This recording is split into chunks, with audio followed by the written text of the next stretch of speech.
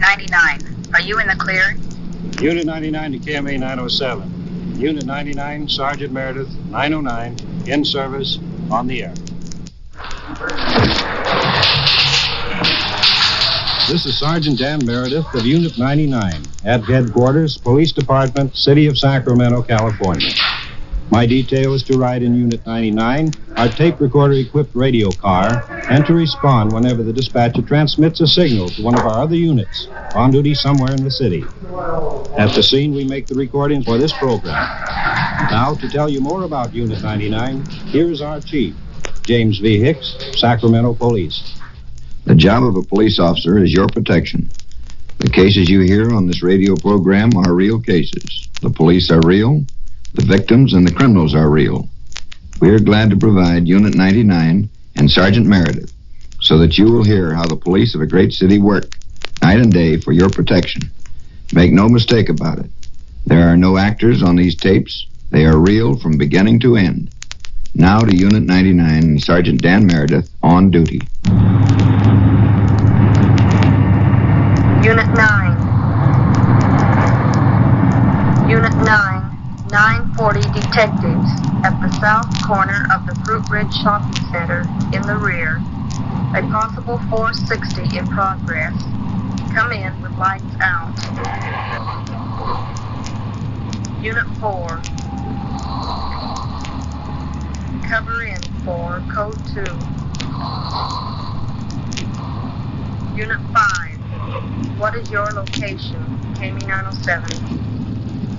Detectives are requesting a unit to approach with lights out. 26834. Unit 4 is responding to the call. Unit 9 was also contacted. Let's go out in that area.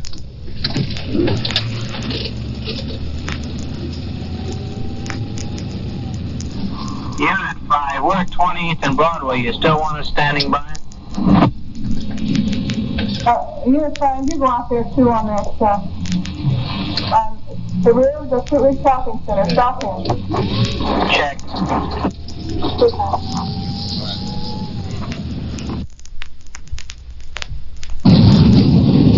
We're just arriving. The officers are all around it. Let's get out. All sides are pretty well covered. Hello, McManus.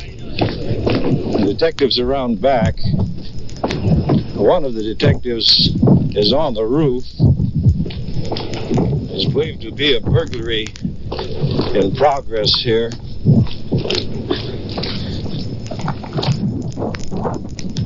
It's pretty cold. We have about a 40-mile-an-hour wind out here. In case you hear that noise, that is the wind blowing against the microphone. We'll stand by until we can get into the inside. Hello, Sergeant. We come cruising down through here, and we hear this heavy beating in here. Sounds like somebody working on a safe. Now we've got the whole place surrounded, trying to get in. Looks like more like a hideaway job. You haven't seen any forced entry yet, have you? Yeah. Okay, they're trying to get you that information as to the owner. Yeah, we called in for the owner to come out here and let us in the place. We'll stand by. Here's where they're beating. It's coming out of there. Oh, is it still going on? Yeah, you'll hear it in a minute. Let's get over by there.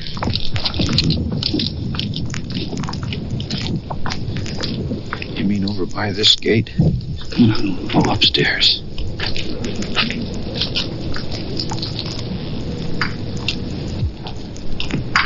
It sounds just like somebody using a sledgehammer, and then it sounds like somebody was just working on the dial of the safe itself, punching it. Oh, punching it,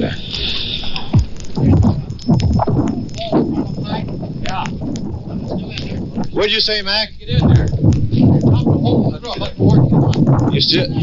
You think they're still in there? Everything's surrounded here. That's the only way we're going to get in. You're the only one out there, Mac? No, there's a uniform officer up here. Okay. Let's go around the front. Well, Mac Alexander, one of the detectives on the roof, has found the hole which was punched through the roof. He believes that the culprits are still on the inside. We have all four sides of the building surrounded. Also, the roof is pretty well covered now. There's quite a large store here, department store. I believe there are 2 detectives and 2 officers covering the roof. We have about 10 officers on the outside. Ropes? Yeah. Do you know whether or not the owner is on the way? Well, they tried to notify the owner, but apparently they couldn't contact him. So they're going to have to go into the building the same way that the burglars are in there. Where have they got the block up on top so you can't get in, or what? No, they got the whole attic up there. Yeah. You got to get in some way. Yeah, They came down through the roof. Yeah. You need a rope. You need a rope to get in from the attic down. How are they figuring on getting out of there? Probably going out through that shipping door over on the other end there. It's all covered over there. Yeah. Oh, yeah. We can't seem to contact the owner, and we have to get this. And we believe, I can see from outside here, the office is on the mezzanine section of the building, no doubt where the safe is. I see a flashlight inside, probably from our boys. I see somebody now coming through the mezzanine there. It looks like an officer.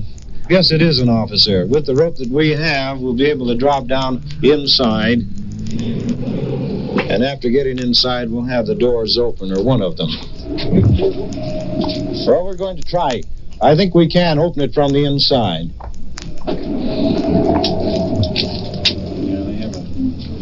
He's having a little difficulty there. It's too much of a drop. He's still lodged on the edge of that overhang.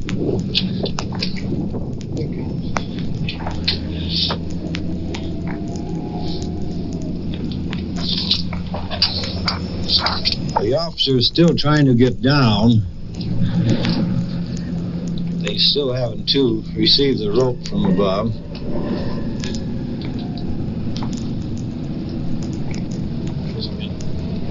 I don't think he can make it. That's too much of a drop there. Unless he gets help from someone else in there.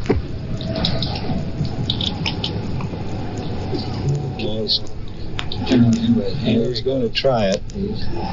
He's lowering himself. If he can get down to that partition there that he can stand on, there's a space of about 10 feet, or 8 to 10 feet. He's hanging now. He's pretty close to the edge of that partition. He's on. He's in. He's in. Jim Marty. Tall Jim. It's tall Jim Marty, one of our patrol officers. Just received his shotgun. He's assisting another officer, his partner, down in. Both of them are inside now. Let's see if we can get their attention, open this door.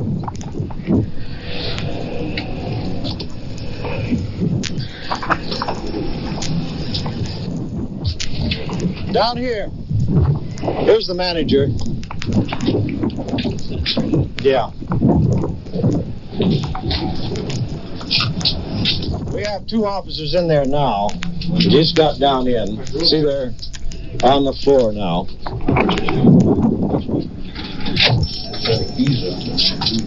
Is this your office up there on the mezzanine? Yeah. And is your safe back in that? Yeah, it's back. You want to stand by outside? Okay, check everything now. We're inside. Yeah, it's open on the other side, on the south side. On the south side, you can get in. Those are the officers on the outside talking through the door. Check behind everything.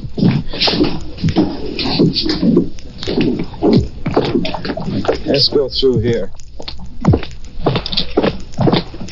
Okay, let's go up by the office.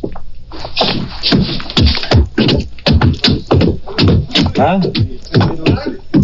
I don't know yet. Whether we're going up now and check it. Oh, they have somebody in the office. 2 of them. Yeah, they got him. Where were they hiding? Right in that back room? Well, put the cuffs on these fellas. You got any tools around? They're in the room now. Fine.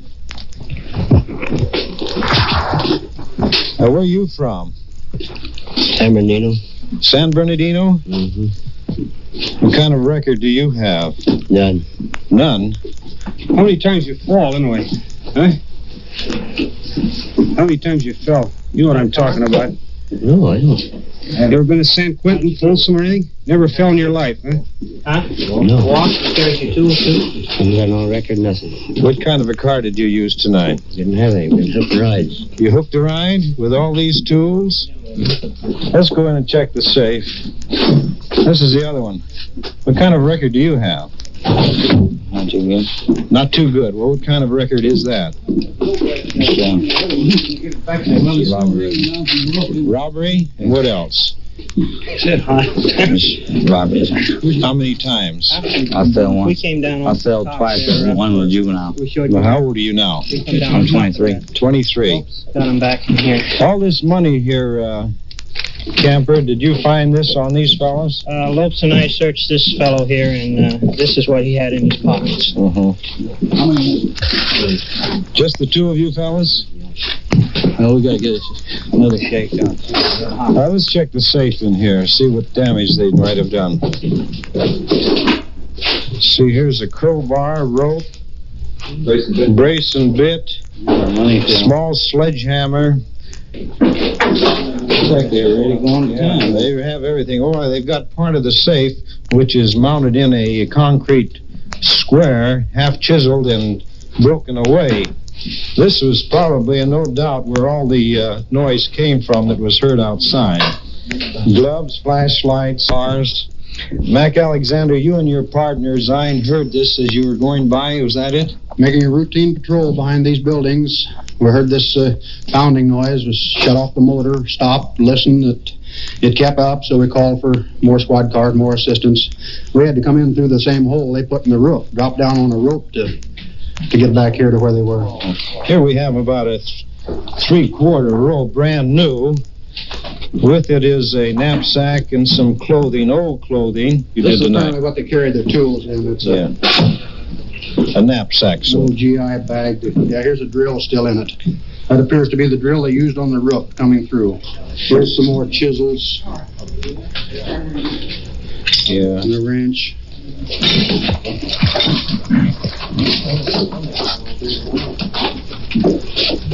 Yeah, I guess they were figuring on being here for quite some time.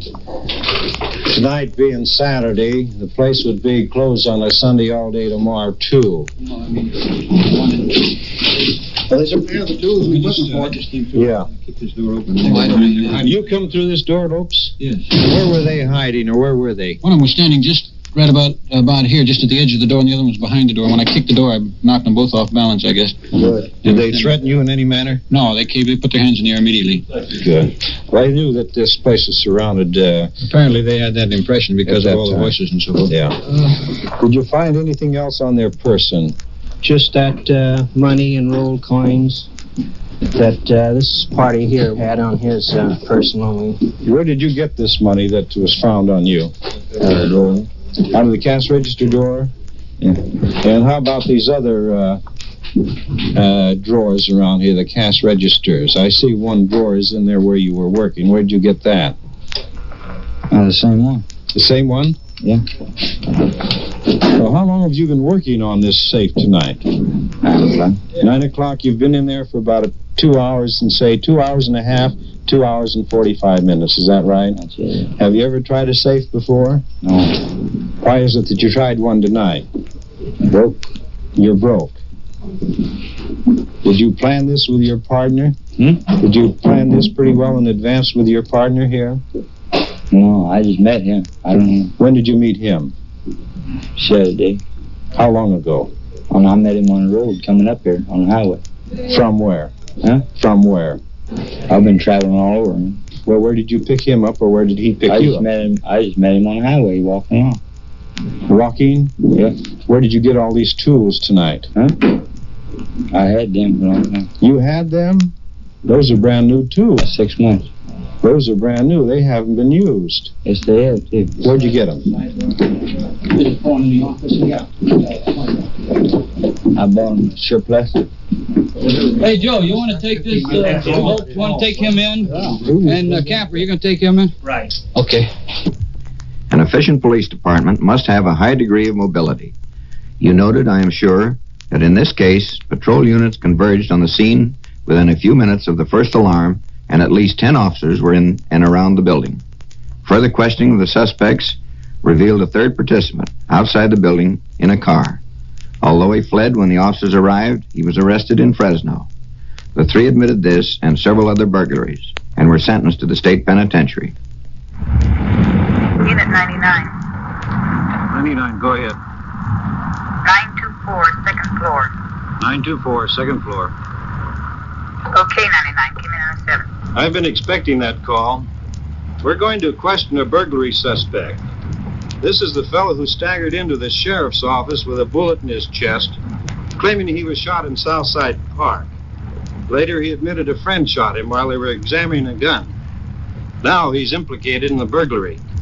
Rogers and Mac Alexander are going to see what they can get out of him.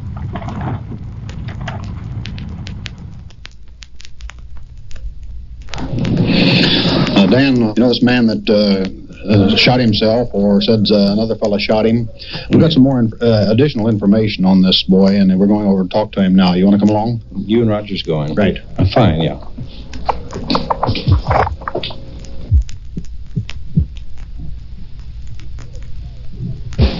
Hello there, how are you? Fine, how are you? How's that bullet? They ever taken it out yet? No. Is it bothering you? No. Well, we've got a little information here in which we understand that you're involved in a burglary here in town, at least one that we know of. I don't know if you want to tell us about it. I don't know nothing about it myself. That's why the cops told me that I was involved in one, but I don't know nothing about no burglary. Well, we have your partner in. He admits it, and he names you as his accomplice. Well, I can't help what my partners say. I don't know what he's talking about myself. Everything else he has told us has checked out to be the truth. I wouldn't know why he would have implicated me. He's never been mad at you, has he, or want to cause you any trouble? I wouldn't know that. Where'd you get those guns? Like as I told a cop the other day that we bought them rather. Where'd you buy them? My guy. What guy? I don't know him. Whereabouts did you buy them from? Down on 4th. 4th where? 4th between L and Capitol. Was he a white man or a colored man? He was a colored man, about 36, I guess. What was his weight? I guess he weighed about 180, something like that. How tall was he? About your size. What was he wearing? I wouldn't pay no attention to what he was wearing. How much did you give him for the guns? I gave him $35 for both. Who was with you at the time that you bought them? Me and my partner supposed to be. You didn't buy the guns, did you? Yeah, I bought them. Your partner, he implicates you as the one in on the burglary as well as the guns. I can't say what I can't help what my partner say. Well, why should he get you and finger you on this job? He could have kept his mouth shut, too. I can't help what my partner. He was with you at the time of the shooting. So was lots of more people with me at the time I shooting. But what do you want these guns for in the first place? You're not supposed to possess a gun. As like guns. How come your partner said that you say you gave $35 for the guns and your partner says he gave $7 for the gun? I can't help what my partner said. He was there at the time, but he wasn't in his right mind. What do you mean, not in his right mind? Well, we had been drinking a little bit. Well, even if you did buy the guns, as you say, that small price that you gave for them, doesn't that indicate to you that they were probably hot, stolen guns? No. Being in new condition like that? No. It doesn't? Have you been working? Yes, I work once in a while. Where? I was working down a car lot. Car lot doing what? Washing cars. What kind of a salary did you get down there? $1 an hour. And you could afford to go out and buy 2 guns for $35? Why not? Money's made to spend, isn't it? Why did you buy these guns? Or somebody I wanted to give one of them to. Well, how about the other one? I was going to keep one of them. Why? As I said before, I like guns. That's not a very good reason. You know that yourself. That's the best reason I think of at the time. People buy what they like, isn't it? Well, that's rather hard for us to believe. You know, you lied to us at first about being shot in the park. Then you changed your story to getting shooting yourself. Then you changed it again to getting accidentally shot when you and your friend were playing with those guns. Now, as I said before, what he has told us about this burglary has checked out. And he names you as his partner. Now, who do you think we're going to believe? You're going to believe him, probably. I think we will. We have no alternative. What's he charged with now? Violation of parole and burglary. This man, although he had been implicated in a burglary by his associate, steadfastly denied the crime. He did, however, admit possession of a gun, which, as an ex-convict, placed him in violation of the law, as well as in violation of his parole. The case is still pending. I sincerely hope that you have enjoyed your ride with Unit 99 tonight, and that you will join us for another tour of duty. This is Unit 99 in Sacramento, California. These on-the-scene tape recordings were provided by the Sacramento Police Department and were made on duty by Sergeant Dan Meredith in Unit 99. Your host is Chief James V. Hicks of the Sacramento Police Department. Be with us when once again you will hear... KMA 907, Sacramento Police. Unit 99, are you in the clear? Unit 99 to KMA 907. Unit 99, Sergeant Meredith, 909, in service, on the air.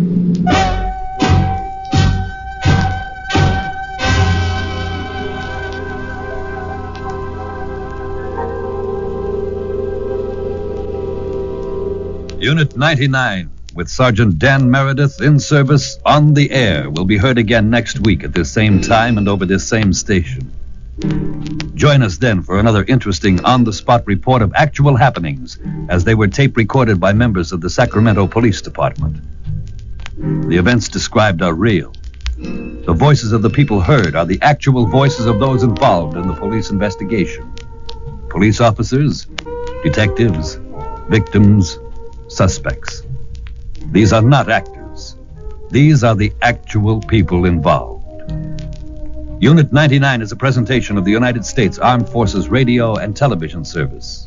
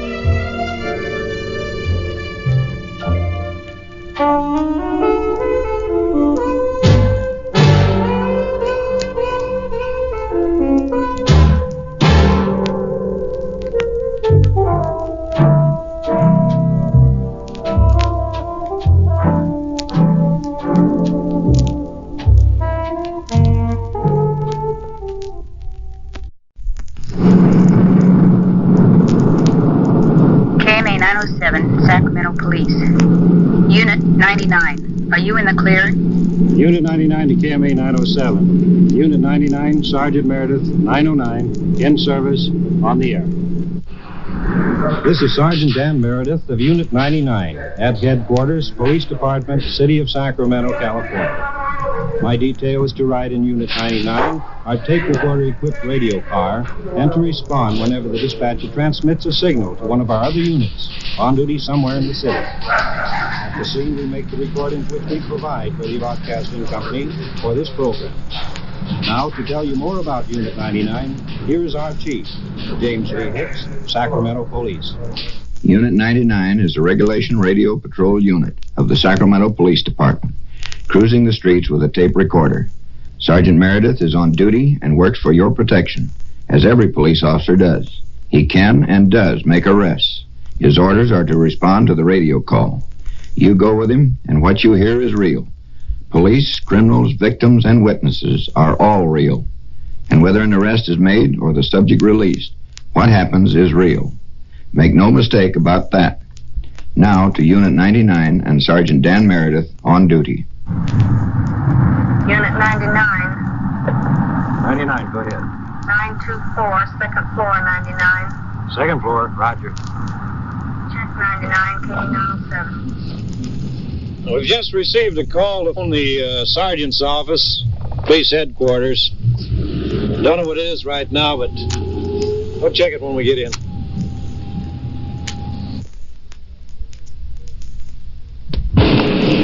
We're at police headquarters in the basement. There's Morrison and his partner, Devers. Hi, Pete. I got a call to come in, and can you give us a full story on this? We received a call at 4th and K King in regards to a man being robbed on the city streets, and he stated he lost a ring, possibly valued at $900.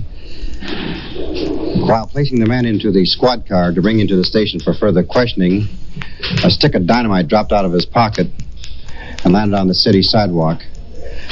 My partner and I then began searching the man and found another stick of dynamite in his right front pocket. Also, 5 detonator caps in his right front shirt pocket. Well, was this dynamite fused? Yes, one was.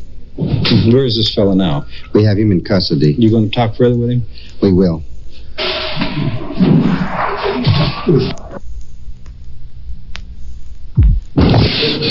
Okay, you sit down there. Yeah. What were you going to do with this dynamite? I was going over to Eureka. You're going to Eureka with the Eureka, dynamite? Nevada. For what reason? Well, I'm going over there. We got a little hole in the ground over there, see? Were you going to use this dynamite for blasting? Yeah. Do you carry this dynamite? Yeah, that's right. I some of you guys run around with the guns. You know, I don't go with the gun. I go with this doohickey. I like it. I've had been it all my life with it, see? All my life with it. Tonight, when these two men are supposed to jump you on the street. They wasn't supposed to. They did. They did? Yeah. They tore that baby off, you know, and now they're beautiful as a stone. You claim that you lost the diamond ring? Yeah, they tore it off. There's a woman seen them take it off. Yeah, we have that woman's name. Yeah. Where did you get that diamond ring? Carrot stone. Where did you get that diamond ring? Over in South Africa. South Africa? You were in South Africa? Oh, what do you mean, boy? All over the world. The time when my partner Dever picked you up and put you in the police car, did you know anything about the dynamite being in your pocket that time? Sure I had it. I think I had it. A miner, or what are you? And what kind of work do you do? Explosive. Mine. That's right. That's the reason you carry the dynamite? No, because I love it. You had any idea of using it in Sacramento for anything? Huh? Guy, you just don't understand something. No, I don't know why you'd carry it in town with you. I'm going over to Eureka, Nevada. And I wanted to go and get a room. Boy, they grabbed me there and then that's it. You're experienced with dynamite, aren't you? You had a lot of experience with it? Well, you usually carry it fused like that in your pocket. Isn't that a chance of it going off? No. It can't go off? No. Well, those detonators are pretty touchy. Don't they go off fairly easy sometimes? Well, take the baby out here and take a 30-aught section, you can't knock it off. Well, the one that you had fused, if you plug that into an electric light socket, would it go off? Or if you had a flashlight cell, see, set that dynamite top and bottom, see, that'd be positive, see. Sure it would go. Yes. How much damage would that stick of dynamite do? Well, you'd get kind of sick. Would you say it would blow the size of this room all to pieces? Oh, no. I'd take the baby right over there, and I'll put it right back in there, and I'll sit right here and knock it off. Explosives is a science. How long have you been at this? 40, 50 years. How old a man are you? 67 years old. Where'd you get the dynamite? Bought it? Where at? Placerville. How'd you get the dynamite from Placerville down to Sacramento? I had it in my pocket. Oh, how'd you get from Placerville to Sacramento? On the stage. Oh, on a bus? On the stage? Yeah. And you carried that dynamite? I go into Eureka, see? Mm-hmm. But you carried I wrote the old gal and told her I was coming over there, see? You carried that dynamite in your pockets on the bus to Sacramento? Yeah. Then walked the city streets looking for a room with the dynamite in your possession? That's right. Let me tell you something. I never run around with a gun, see? But explosives is my whole life, see? And I run around with explosives all my life. And you go up into Placerville. Now, wait a minute. I'm going to tell you something. You go up in Placerville, and you know, I come down, and I got a lot of gold, see? And Westo and I, we go down and sell this gold. And we're going back up the hill, and the guy won't give me no bottles. So I go over there, and I put and I put a stick of powder in the bar, and I put the doohickey in it, and I light the gadget. When they all got out, I cut the baby off, and I gave me the bottle, and I went over and sat down. In 1936, you were picked up for vagrancy up in El Dorado County. Also, I never was pinched for that. Also, at that time, you were charged carrying dynamite. At that time, transporting dynamite. Is that correct? In 1936, you were charged with carrying dynamite, according to your report. No, I stole it. You stole the dynamite in 1936, but you had it on your possession, and you were charged with carrying dynamite. Well, Pete Endeavors, what's this man charged on now? We charge him with a felony in possession of dynamite. This man was an old-time miner, a familiar figure in the Motherlode country, and obviously well acquainted with explosives. Although the presence of a fused stick of dynamite in his pocket was sufficient to arouse apprehension, expert testimony at his trial established the fact that the dynamite, in that condition, was comparatively harmless, and the charge was dismissed. Unit 3. 285-287. 268-284. Unit 5, you got anything? 460 in progress at the butane plant, 10th and North B. Okay, check. Check 5. 285-287.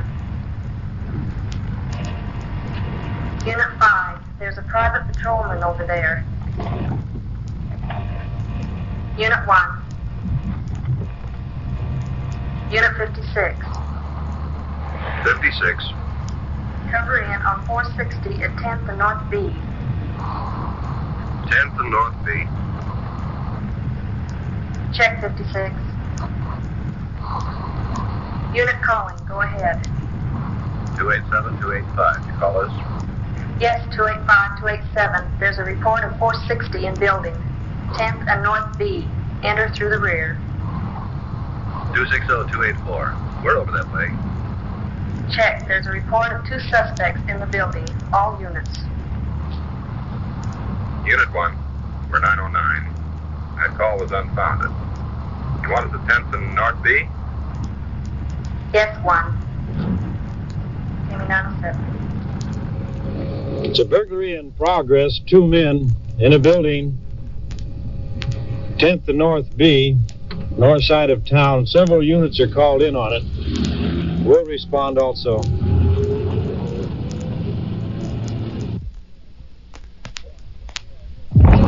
Several units here already. Let's get out.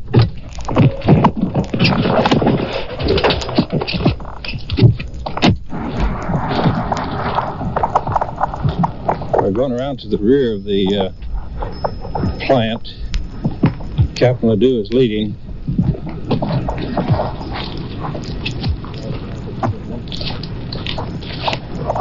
We have a full view of the front part of the building.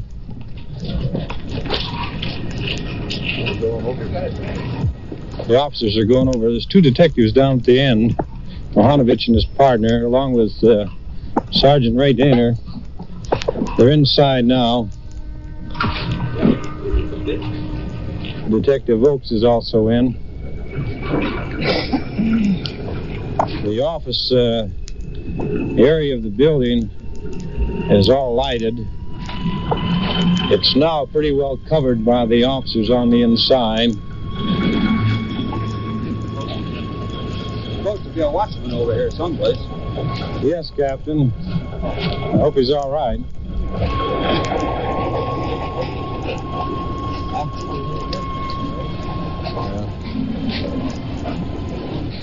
The two additional officers just scaled the fence. Something going back there, around back there.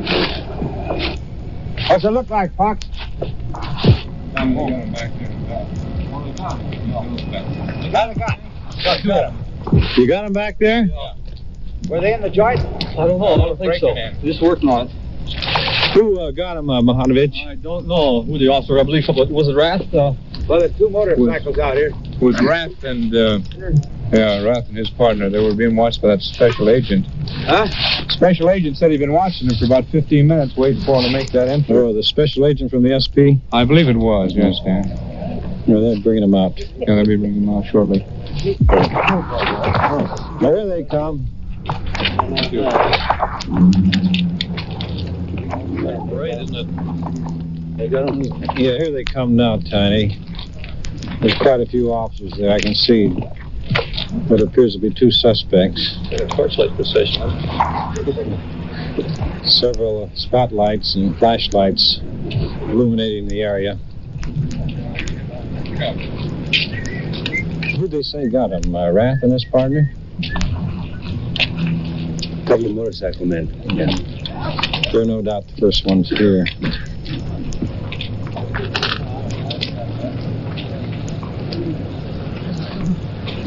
Sergeant Daner, Detective Oakes, Fox, a special agent from the Southern Pacific, Officer Farnsworth and Rath of the Traffic Division, two young men. See, they threw a pair of shoes over the fence. One is barefooted. Farnsworth? Yeah. You and Rath get this fella, these fellas? Yes, they started to run away just as we got to the back of the building there. They started talking when we drew our guns and told them to holler, we'd shoot. And they stopped almost immediately and held up their hands, told them to face the wall, spread their hands and legs apart. We entered over through the fence. Officer Rath entered through the fence and began to search one of the parties while I covered them. They tried to enter the building. They hadn't actually entered it. They were trying to enter. They were picking up pieces of metal or something around the back of the building, and they deny trying to enter it. Pick up any tools or anything? I picked a knife and a looks something like a looks like a jimmy bar. Jimmy tool, yeah. Here comes the last suspect over. Yeah. Take him in. The detectives are going to take him in for questioning.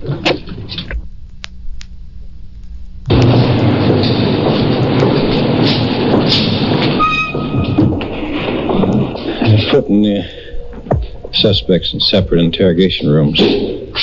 Rath and Farnsworth, I see you have some properties taken off of these culprits. Well, off of the suspect that I searched, I found a pocket knife and a jimmy tool. And how about your man, Rath? My man had a pair of gloves on at the time he was stopped. He had a flashlight in his pocket. He had a pair of wire cutters, diagonals, and a knife in his pocket. He claims that he carries the stuff with him all the time, and the gloves he just happened to have with him to use, and he put them on to climb over the wire fence. Did they both have gloves on? They both had gloves on at the time they were arrested. Let's ask him a couple of questions, huh? Sure. All right. Go on in, Farnsworth. Rath. Okay, we want to ask you a couple of questions here. What were you doing with this stuff here tonight? We have a pair of gloves and a flashlight and a pair of diagonals and a knife here. What were you doing with these things? I always carry a pair of pliers, or these. I had these down in my pocket, really, at home and working with them. Now, on the screen door, see, I just happened to stick them down in my jacket pocket. Of course, the flashlight, a lot of times I go up to the pool hall there. I've only lived about 3 blocks from the pool hall. I usually stick one, have to walk back home with in the dark. Sometimes I go up there and stay till 10:30, 11 o'clock. Where did you come from before you got to the place you were arrested? From that tavern over here where his car's parked. Mm-hmm. And from there, how did you get over to the place where you were arrested? We went right across the corner there, over there, because that's where I told you we seen the lights. Where did you take the car to? Well, the car's sitting there at the tavern. Or why didn't you take the car with you? Well, we didn't think we'd drive the car up there. If it was, would get out of there. It got away anyway on us, whoever it was. Now, I don't know. They might not even been a bothered thing. The guys was walking along there now. How far is the car from the place you were arrested? Well, I couldn't say exactly how far. I'd say, maybe half a quarter of a mile. Why did you walk over to this place where you were arrested? We threw these guys over there, this light, and I told this one guy, I said, there's somebody over there with a light.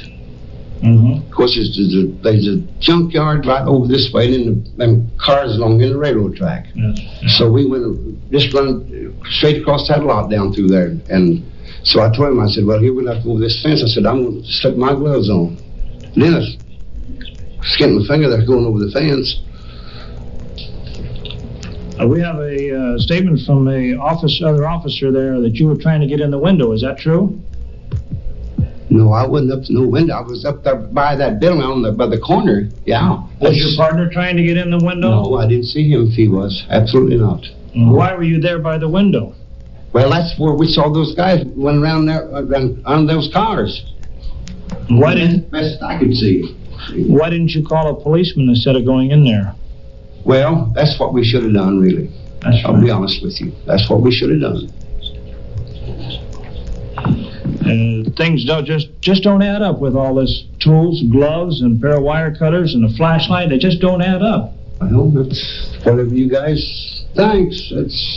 I told you my best. Why don't you tell us the right story now? That's right. Why don't you tell us what you expected? I didn't touch a window on that building, however, myself at all. What did you hope to find in there?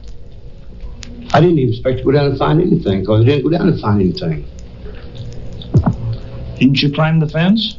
Yeah, we went over the fence and but didn't know the other fence was on the other side. See? Didn't you know that was a violation of the law? Yes, trespassing. I knew that. Yes, sir. I sure did. Where do you work? I haven't worked too much this winter at all. When's the last time you worked? Well, during the cannon season, tomatoes, Burcott and Richards. Then I had one little job with some guy up there in Gardenland building one of those concrete block buildings.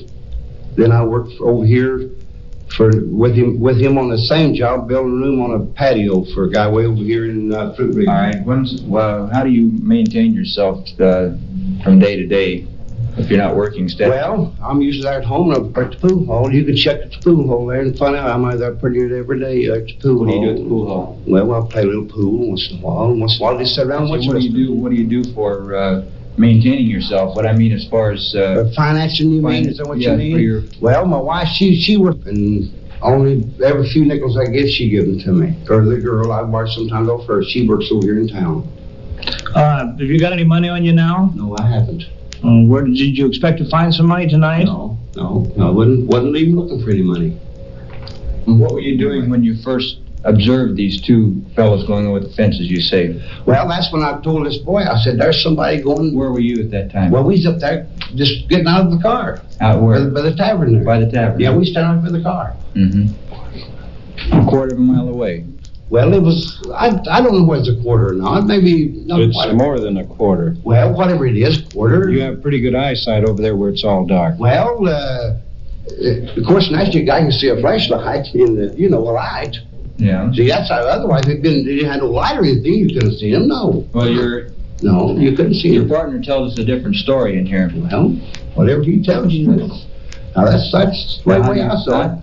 That's the way I saw it. He tells us a different story. Well, whatever he tells you. That isn't what he said at all.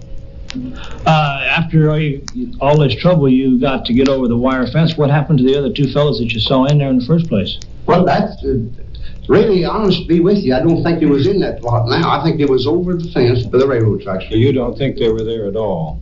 Yes, we seen the light there. Yeah. Did you see anybody? Yeah. You saw a person in there? No. Now, they wasn't in that. I wouldn't say it was in the pen at all. In that fence, They could have been on the outside, just as well with their light.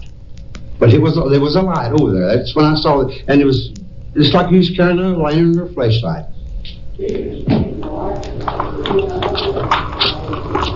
Farnsworth, is there a discrepancy in the stories of the two fellows?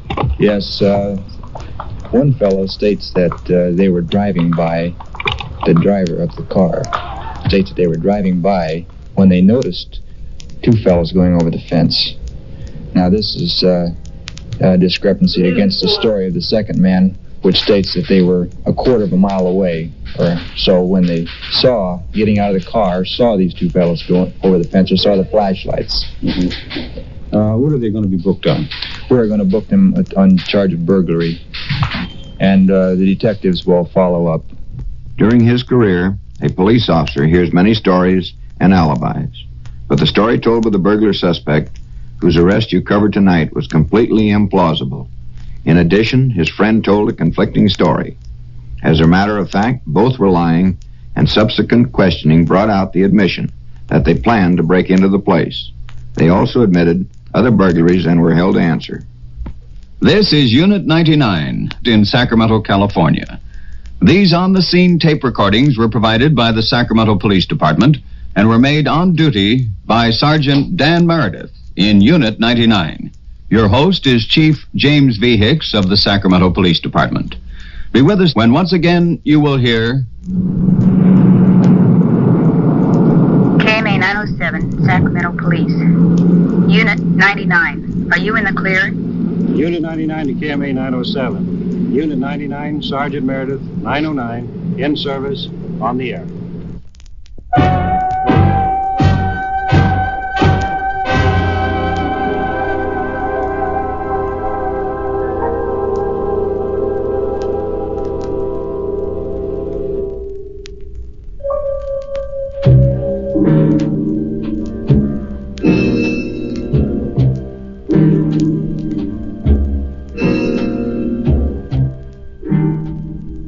You have just heard an authentic police action as reported by Sergeant Dan Meredith in Unit 99, in service, on the air. Next week at the same time, another on-the-spot tape-recorded event presented in cooperation with the Sacramento Police Department by the United States Armed Forces Radio and Television Service.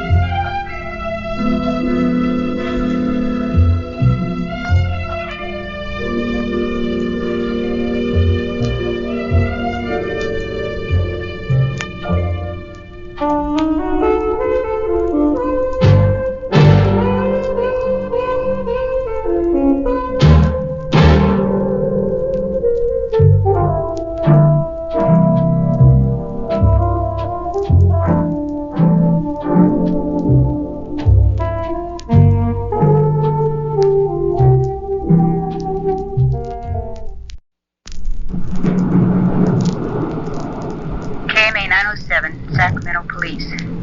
Unit 99, are you in the clear? Unit 99 to KMA 907. Unit 99, Sergeant Meredith, 909, in service, on the air.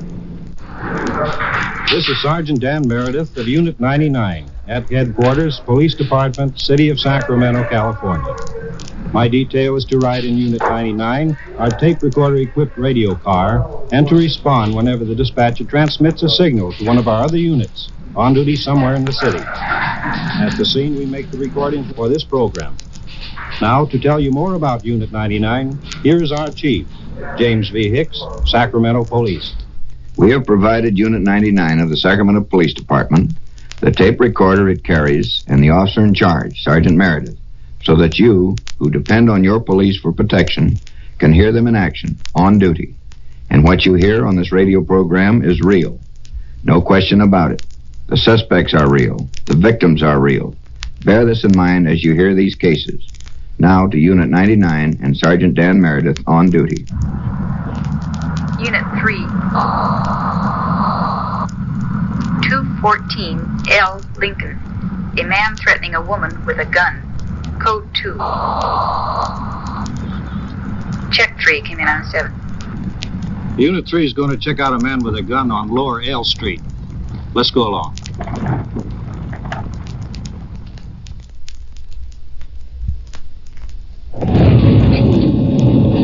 The unit's here. Evidently inside. Let's go in.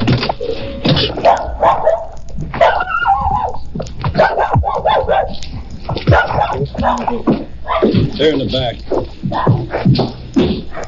Hello, Peyton. He just told the lady that I come in, you know, and when I come in, she was all nervous and shaking, you know. I said, what's the matter with her? He said she was sitting down there, and this guy come in. When he was sitting down here, he showed a gun. He says, don't get nervous, just relax. See, and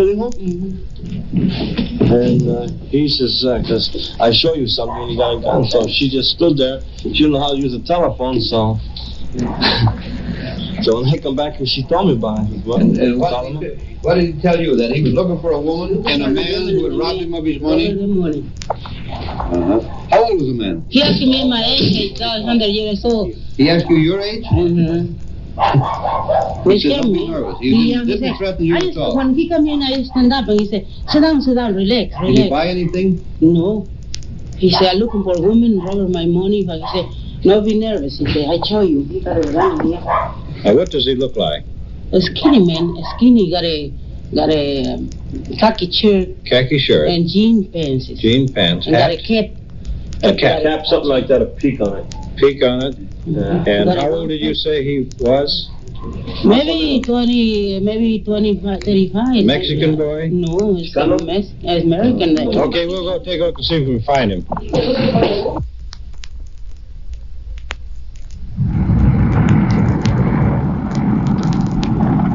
Stop the car, Dan. Let's take a look at that guy. Khaki shirt, black jeans, the old cap, skinny, and a white man. Where is he? Right there, just going in the Gold Nugget. Well, let's go in there.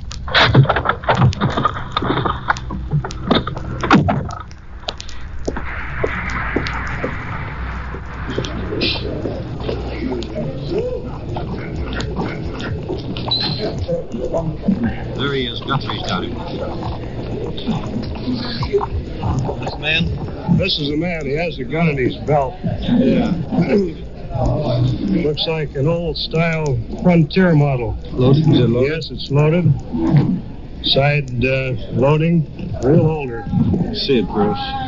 What are you doing with this loaded gun on you? I didn't feel like leaving it in my car, officer. Leaving in your car? What's that? You're looking for some woman, aren't you? No, I was looking around to see what woman was that. I just broke it open, fully loaded. Do you have a permit to carry this gun? No, I haven't. Well, why are you carrying it? Like I stated, I don't feel like leaving it in the car. My car is out here on the streets. That's not a very good excuse. Want the other one? Yeah, we'll keep this as evidence. All right, let's go. We're going to take this fellow in. And have the victims, the people he approached, come in and identify him. You want to tell us anything more about this gun? I didn't want to leave it in my car. My car has been sitting on the street since about 3 o'clock this afternoon. I went to a show. The gun was sitting in the car at the time. Yeah? After it got dark, I got kind of leery about leaving it in there because windows can be broke. Sure, I can lock the car. The fact is, it's locked right now. Well, don't you think it'd be a lot better to keep it in your car than have it on your person like you did tonight and picked up with it on you? Well, I'll admit I was taking a chance of getting myself in trouble by carrying it, yes. Didn't you go into a bar down here in 2nd and 3rd on L Street and confront some barmaid down there? Second. That's right, over here, south of the border. Now tell us your story. Was it an elderly woman? That's or right. a young one? Elderly Mexican woman. All right. At that place there, yes, I admit going in there. I was in one other one and I asked about a woman. Why did you want a woman? I'm trying to find out what the woman is doing right now. What woman? I don't know what her last name is. All I know is her first name. Uh-huh. She was living with a fellow out here on the old Marysville Road. He's treated her sort of like a slave, in other words. Every time that she gets a few drinks or something goes wrong, he brings her around to town here and dumps her. Lets her shift for herself. He's supposed to be a body and fender man. I see. And, were you looking for him tonight?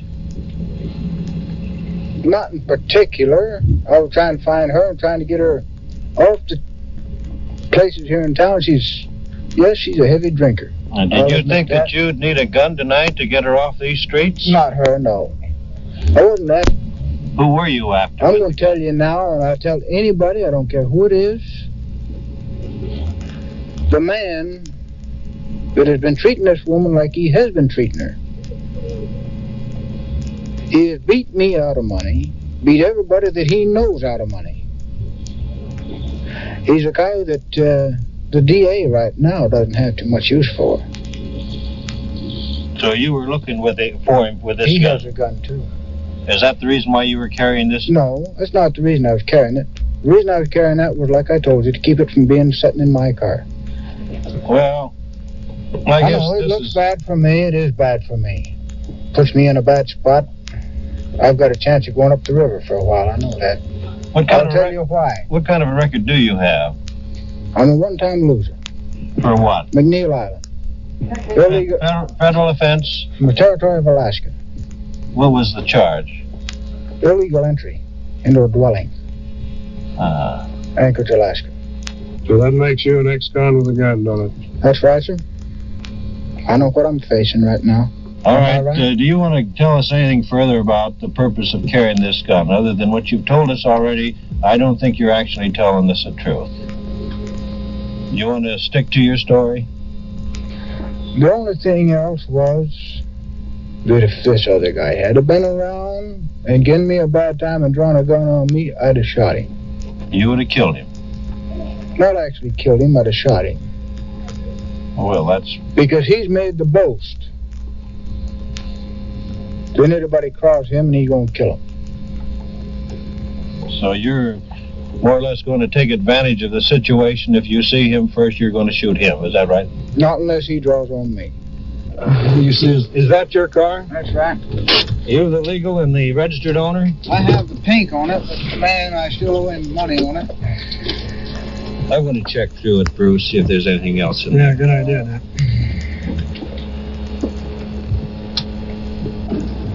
Looks like you found the holster, Dan. Yeah, I found the holster and the belt on the front seat there.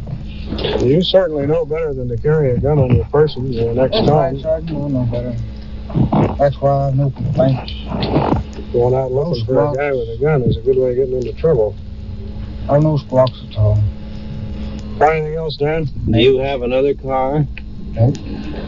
Not at the present time. There's a set of license plates in there for a 51 Ford that's in North Hollywood, California. That's right. It's registered to you. I haven't sent the plates or title back to the people that has the car in their possession at the present time. Well, why didn't you? Well, it was kind of a shady deal that they got the car to begin with. They still have possession of the car? They have possession of it, yes. Who has the pink slip? The pink slip is right there with the plates. I see in the back seat, too, the tools back there look like burglar tools. What kind of work do you do? That's right. What kind of work do you do? I'm a mechanic. What kind of a mechanic? Automotive and diesel. What kind of tools are those in the back of the car? In the trunk? In the back, on the floor, in the back seat. In the back seat, there was mostly tire tools. Pair of pliers? Pair of pliers, that's a pair of side cutters, I believe.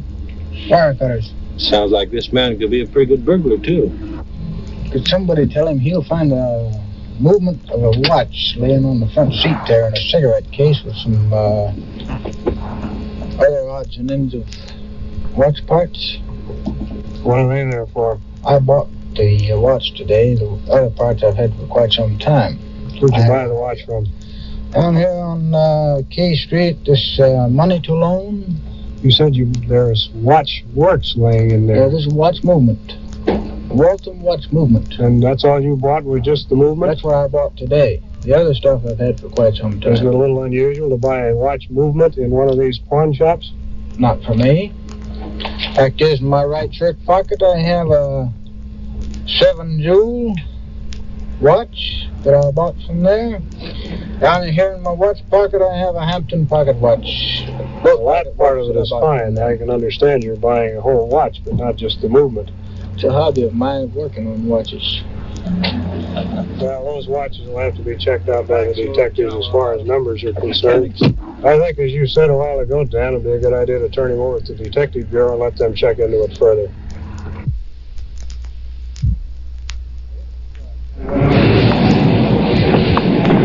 What's the charge there, Bruce, that is on the book against this guy? Well, we booked the man, ex-con with a gun, which is specifically 12025 of the Penal Code, Deadly Weapons Act. We have already booked him. He's been placed in the cell. We booked the gun as evidence, the holster that you found in the car. The bullets and the gun have been marked so that it can be identified in court. 2 watches that he had on his person were also booked as evidence. Now we're going to take this information down and give it to the Detective Bureau, and they'll follow through from there. I imagine that they'll go down and search that car more thoroughly than you had time to do, and also check up on this man's record and check into those possible burglar tools. The Good Samaritan with a gun told an odd and unbelievable story, but the outstanding feature was that he was an ex-convict in possession of a gun. Investigation revealed nothing criminal in connection with the watches or tools, and he was sentenced to 6 months in the county jail on the gun charge. Well, there's a traffic unit ahead, about a half a block. We're stopped at a red light right now. As Officer Bender and McAdams, they have somebody out in the street there.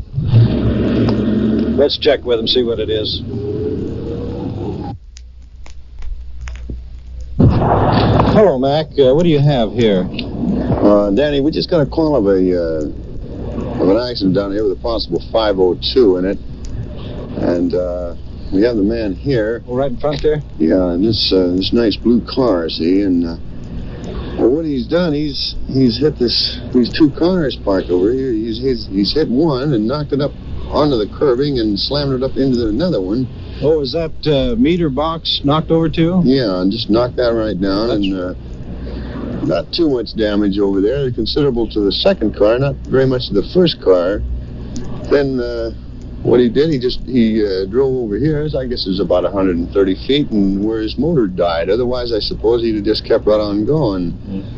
Did you see this? No, we have witnesses, though. We have their names, and they've given them to us. They stop you on it? Yeah. I see.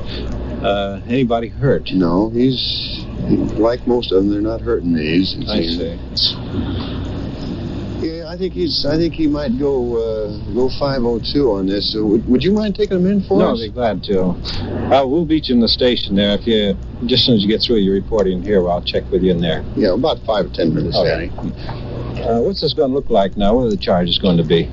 Well, I'd say it's a definite hit and run. 483 the vehicle code, and From the way he looks to me right now, I'd say drunk driving, 502.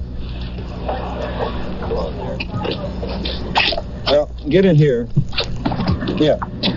Attaboy, right in the back seat. That's it. Yeah. Yep, better get your feet in there. That's it. Okay. Before I get done, I'm going to cause you some trouble, see? Oh, we haven't done anything to you. That's all right. I'm not mad at you. That's all right. You know I'm going to get and cause you trouble? I'm going to get Bart Kavanaugh. I'm going to cause you some trouble, see? Well, I live here in Sacramento, see? That's true. I'm going to get Bart Kavanaugh, and he's a good friend of mine, and I'm going to get... you have taken my car in, and you have taken me in here, you know what I mean? And I'm going to cause you some trouble before I'm over. Well, why do you want to cause us trouble? Why? Well, why would I cause you trouble? Mm-hmm. Because I think you're wrong, see? Why do you think we're wrong? Well, that's all right. You're going to take me in tonight. That's all right. Before I get done tomorrow with you, I'm going to get Bart Kavanaugh, and I'm going to cause you some trouble, see? Well, that's your privilege. Well, that's my privilege. That's right. If you want to do that, that's right. That's what I'm going to do. You know what I mean? All right. Tonight don't mean nothing. You know what I mean? Mm-hmm. You're going to take me in tonight, and as a police character, and this thing. But when I get done with you tomorrow, I'm going to find out who you are. I'm going to find out what you did to me, and I'm going to get Bart Kavanaugh, and he's a good friend of mine, and... Well, what did I do to you? You didn't do nothing to me. You didn't do nothing to me. You'll find out before you get done tomorrow night. Just because you took me in tonight. You just wait. You just wait till I get all done tomorrow. Okay. That's all right. You warm enough back there? Yeah, sure. I'm fine. You know, this man's got my automobile, and I haven't got my automobile, you know what I mean? Well, they're taking care of it for That's you. right, that's right. I'm going to find out what happened to my automobile, you know? Well, you struck that parked car back there. That's right. You remember doing that? No, I'm not mad at nobody. You remember hitting the parked car back there? Sure. How much drinking did you do tonight? Well, I did pretty good drinking. How many did you have about? Well, probably 15, 20 drinks. I see. I'm not mad at nobody. Whiskey or beer? Well, I've been drinking whiskey all night. Well, here we are. This emergency hospital. I say, I'm not mad at nobody. But, Here we are.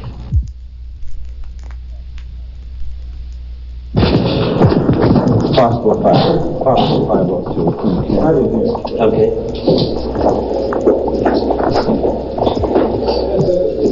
Very possible.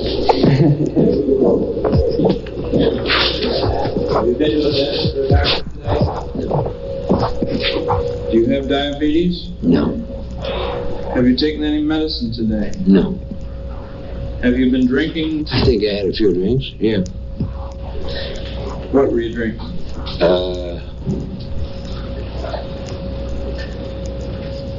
Well, I think I've been drinking 4 or 5, what do you call it? Highballs? Highballs. Whiskey? Yeah, whiskey. You had 4 or 5 drinks of whiskey? 4 or 5 drinks of whiskey. I thought you told me you had 10 or 15 drinks. Oh, maybe I did. Did I say? Maybe I did have 10 or 15 drinks. Well, which would you rather say? I said I had 10 or 15 drinks of whiskey. 10 or 15? Yeah. Okay. In the... When was that? What period? Tonight. Starting when? 8 or 9 o'clock tonight. Mm-hmm. Until when? 8 or 9 o'clock tonight. Until when? When did you have your last drink? About 8 or 9 o'clock tonight. When did you start drinking then? About 8 or 9 o'clock tonight. Well, when did you stop drinking? 8 or 9 o'clock tonight. You had some quick ones then? Yeah. Do you have any physical disabilities? Not that I know You haven't had a drink since 9 o'clock? of. Yes, I have. Well, then when did you have your last drink, would you say? About 10 o'clock tonight. Oh, I see. All right. Now, we'd like you to get up and perform for us a little bit. Do you want to walk across the room there? Yeah, well. Now this way. Now walk around the bed. Okay, that's fine. All right, now just stand up straight there, please. Face me. Now put your feet together. Toes together, too. Well, can I put my toes together that way? That's fine. Okay. Now close your eyes. Close them tight. Close your eyes. Okay, that's fine. All right, now open your eyes. Pick up your right foot and stand on your left foot. My right foot. Pick up your right foot and stand on your left foot. Well, I probably am a little done. Well, see it. Let's see you try. Pick up your right foot and stand on your left foot. My right foot. That's the foot. All right, we'll do it one way, then do it the other way. I still say I'm low down. Well, now I want you to try to do this now. Well, I'm low down. I know that. Pick up your foot. Well, I'm low down. Okay. You can sit down. Okay. Did you tell the doctor you were not in an accident tonight? No. You weren't? No. Was I? Yes, you were. Was I? Yes. Where? On L Street, between 11th and 12th. You struck a parked car. Didn't you know that? No, I don't know that. I said, I don't want to hurt nobody, and I don't want to hurt nobody. That's right. But you didn't hurt anybody. You just struck a parked car. Now, what does your report show on that possible 502? Well, my conclusions were that the man was obviously under the influence of alcohol and should not be driving. I doubt that there is a police officer who has not, at some time, been threatened with trouble or loss of his badge for doing his duty. In modern departments, of course, such threats are ridiculous, and the men are fully aware of it. In this case, the self-styled personal friend of the city manager paid a drunk driving fine of $263 and $105 for hit-run driving. This is Unit 99, presented in cooperation with station KFBK in Sacramento, California.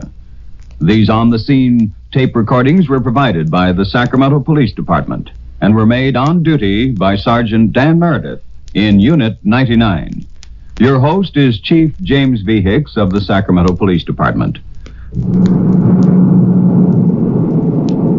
KMA 907, Sacramento Police. Unit 99.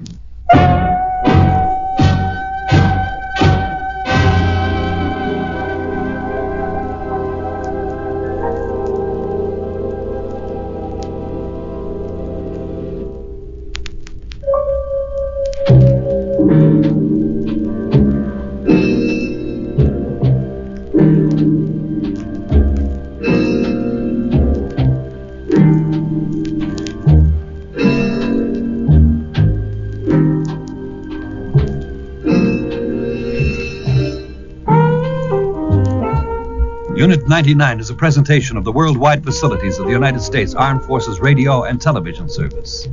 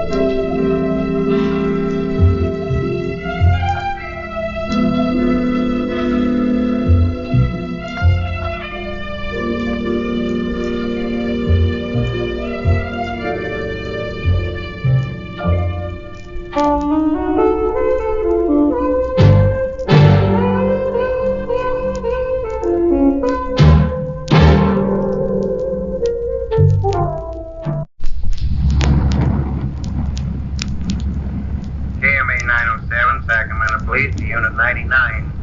Are you in the clear? Unit 99 to KMA 907. Unit 99, Sergeant Guthrie, 909. In service and on the air.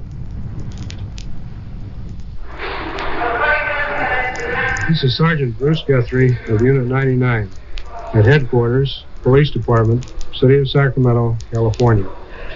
My detail is to ride in Unit 99, our tape recorder-equipped radio car, and to respond whenever the dispatcher transmits a signal to one of our other units on duty somewhere in the city. At the scene, we make the recordings which we provide for this program. Now, to tell you more about Unit 99, here's our chief, James V. Hicks, Sacramento Police. We have provided Unit 99 of the Sacramento Police Department, the tape recorder it carries, and the officer in charge, Sergeant Guthrie, so that you, who depend on your police for protection, can hear them in action, on duty. And what you hear on this radio program is real. No question about it. The suspects are real. The victims are real. Bear this in mind as you hear these cases. Now to Unit 99 and Sergeant Bruce Guthrie on duty. Unit 7, 940A, in the service station at 65th and Folsom Boulevard. See a woman regarding a 211.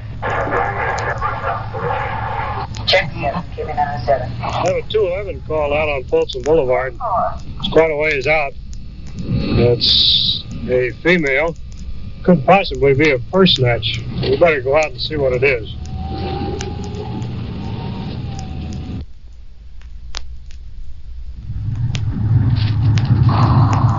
KMA 907, Unit 7. We have a description of this man who accosted a woman with a revolver and is supposed to be in the vicinity of the railroad tracks on Eastern Avenue. He's about 27, has on blue jeans, a baseball cap, and brown jacket. He is armed. Check 7, came in out 7. Unit 56, we're covering in.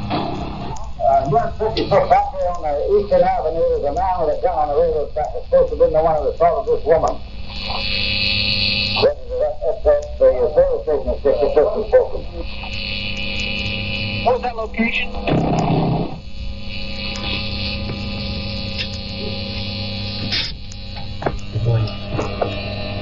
Unit 56, can you repeat that location where the man was supposed to be? Squad car has a lady in the back. Let's get out and see what it is. We better follow them. I see they just drove off.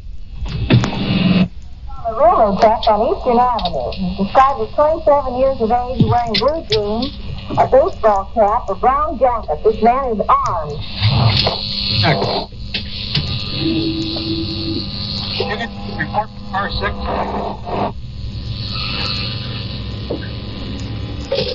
Repeat. You get the report from car 6. Seven's on the call. You get the report from car 7. Yes, we did. This description was received from car 7. We contacted the woman who was attacked. Check. All right. It's becoming more involved. Car 7 has the woman in the car. They are heading towards Eastern Avenue. Detectives are following Unit 7. I see cars dispersed along the railroad tracks. At the moment, we're cruising down Eastern Avenue towards J Street. Everyone seems to be looking along the tracks, see if they can spot this man.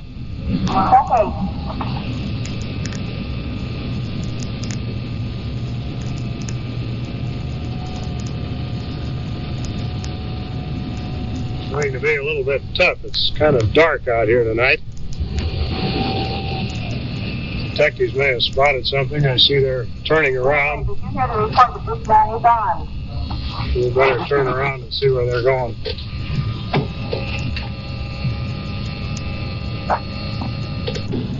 So it would be interesting to get the background on this. Find out how the woman was accosted. Apparently she's on foot. She's riding in the squad car. I didn't see any other automobile around, did you? No.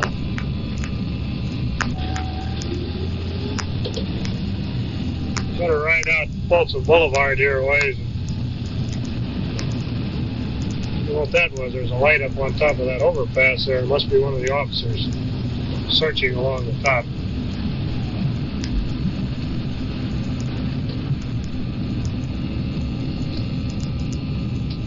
There's nothing out this way.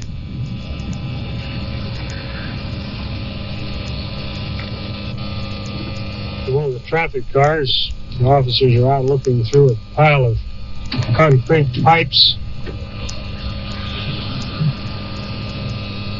Pipes are stacked up like high fences and make it a little difficult to search. Unit 8, what direction is that man traveling on the tracks? Going north, Unit 8. Check.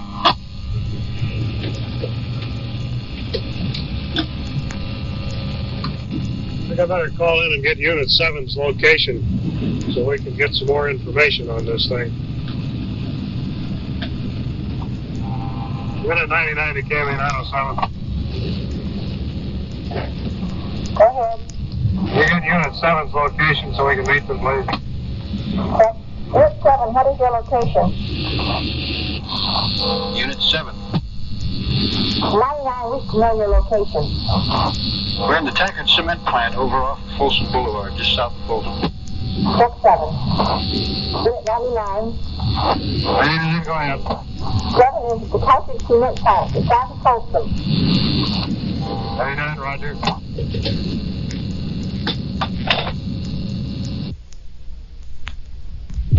You want to fill us in on this, Los? What has happened so far? Well, this culprit picked this woman up, or rather was in her car when she came out of a building downtown.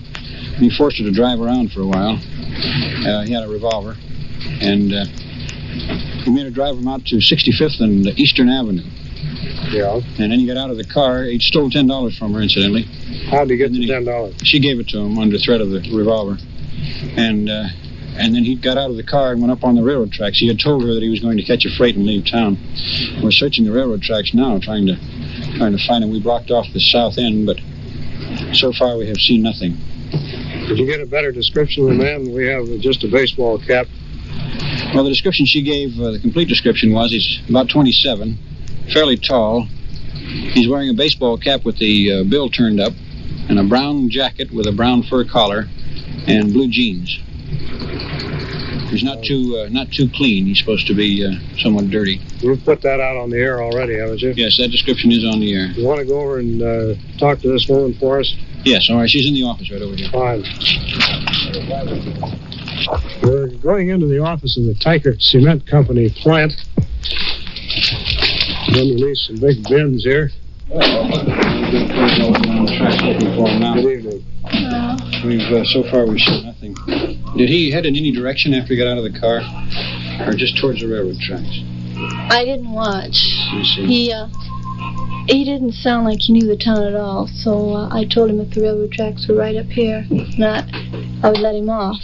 I wonder if you could give us a rundown again now, just how he happened to get in your car and what happened. Well, I was coming out of the YWCA, and I got in my car, and just as soon as I started the motor, he opened the door and pointed this gun at me and said, I won't hurt you. Don't be frightened. He said, I just want you to get me out of town as fast as you can. He said, I want you to take me to Highway 99. I told him I didn't know where it was, and he said, well, he would direct me.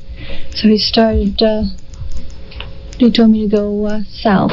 And so I followed his directions, and he didn't seem to know where Highway 99 was. He wanted to go to Bakersfield, he said at that time. And so then he took his directions, took me out to Powery Inn Road, right out here. And we went down this long road, and we waited. He made me park the car, and we waited there. He didn't rate me, so he just turned the lights off. And no trains were coming, so he asked me how to get over to some highway, and I said, I guess you take the Powery Inn Road, and I'll take you over to Fruit Ridge. But then he changed his mind, and we came down this way, down to 71st, I guess it is, in front of Standard Station to Folsom. And then I said that there are some railroad tracks over here by the State College. I said, I can drive you over there as close as I can get you. And I said, it's dark and you can get your train there. So he agreed. And so I took him right over here. As soon as I met the four lanes, he wanted me to turn right around there. I guess right next to that Bernie's. That's right there at 65th and Eastern then, isn't it? Right there. I didn't go down. Well, when he got out of the car, the instant he got out of the car, what did you do? I went to the Standard Station and called you. I mean, right at that moment, did you watch which direction he went or what he did at that point? No, I told him that he could get the railroad tracks right there, and I said, if you go up farther, why, you wouldn't have to go through all these buildings here. He said, no, that won't bother me. He says, I'll just make my way through the buildings and go on up to the railroad track. Well, as he got out of the car now, you didn't watch where he went, which direction he went. No. Except that he said he was going between those buildings. Yes, I just took it for granted that's what he would do because I offered to take him down farther where there weren't any buildings, up there by the State College where there's just weeds. So he said the buildings wouldn't stop him. You mentioned, wasn't it on J Street that he had claimed that he had committed an armed robbery tonight? Yes, with a friend, and he said that his friend got away with over $3,000. He said it was $3,400. And that's what made him mad. His friend just got in a car with all the money and left him without. He said that there were two other men that they shot. He shot one and his friend shot one. Got in their way. He said that this store won't find out about the money until tomorrow morning. He didn't mention any time particularly, did he? No. He sounded as if he As if it just had occurred? Was that the idea? Yes. Did he seem to be excited, agitated? He was nervous. Very nervous. Yes, he hit me across the face for I don't know why. At what point did he hit you in the face? Where were you at the time? That's Powerian Road. So when you were parked out there, right? Yes. He had a gun. Yes. That's correct. And he had the gun pointed at you all the time? Yes, at my cheek and then under my neck, right in here. Did he touch you with the gun? Yes. His main aim, he said, was to get take care of this friend of his who left him out in the cold without the money. He was going to put him up in the hospital as soon as he... Did he, outside of striking you that once and then threatening you with the gun, did he at any other time molest you in any way? He said that he wouldn't rape anyone anyway, and he wasn't after my money. I gave him $10 anyway. I told him, take what money I have and just leave me alone. So he said he'd take $10 and he would see to it that someone would leave me more down at the Y. He wanted to repay me. Did he try to get any personal information from you, such as your name and address and so forth? He asked me my name, and I didn't tell him the truth. And of course, you didn't tell him in any way where you lived or how he could locate you. Were you driving the car all this time? Yes. He was directing you, in other words, just telling you where to go. Yes, and he wore a handkerchief around his mouth also, and brown knitted gloves. And he had this gun pointed at me until the time we reached on our way back. When we went past Standard, he said, well, I guess I don't need this gun. I can trust you. You say your partner just come in, Manuel. Let's find out if they found it. Well, they went out again. Well, it's a very difficult area to search because of a lot of shrubbery, a lot of bushes around, and, of course, along a railroad levee like that, there are all kinds of buildings and so forth. And he could have gone off in any direction as far as that goes. He might have gone right on over the levee. We're going on the assumption that he intended to stay on the levee, and we blocked off the levee south of here and north of here, and officers are searching in between that. Yes, as we came up, we saw the cars scattered along the railroad right-of-way. Well, as soon as we got the information as to what it was and where he might have gone, we called the radio dispatcher and advised her, and she dispatched cars out here to aid us in this. Is there anything else that you can think of that might help us in this investigation now? Anything about the man that is in the least very peculiar? No, he told me he was 27, and he had a cough, kind of. Sound like a cold. Didn't have any speech impediments or anything wrong with him that you noticed particularly? No. You said he had a cough. Did he have the common nasal sound of a person who has a cold? No, it was just on occasions he just went that was it. I see. He maybe sniffed a couple of times. That was all. Did he at any time remove this mask from his face? This handkerchief? No. You didn't see the lower part of his face then all this time? Just as a matter of question, do you recall at any time during this long drive whether or not you passed a police car? No. He said that they were looking. He was hot. I asked him what that meant. He said that meant that they were after me. And I said, well, I don't hear any sirens or anything. And he said, well, they're still after me. I've got to get out of town as fast as I can. You see the detectives have come. Are you assigned to this case? No, we're scouring the neighborhood with the rest of the officers. They found anything yet, Steve? Yeah, no. Still looking around. The gunman who kidnapped this young woman is still at large. The officers had little to go on. The victim could not say definitely in which direction the man disappeared, and he undoubtedly went over the railroad embankment into the county. His story of shooting 2 men in a holdup that day was false, told probably to intimidate the woman.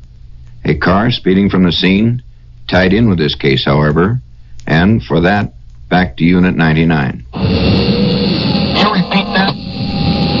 Repeating. A 49 or 50 light green Chevrolet was just seen going north on the freeway from 66th Street. And as the car left, the word stop or I'll shoot was heard. 2907.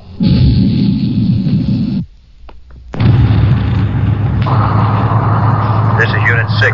We've got that Chevy stopped on the overpass.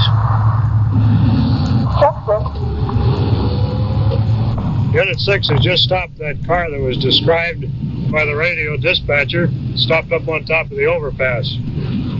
Haven't been able to get any information on whether it ties in or not, but we're going up there.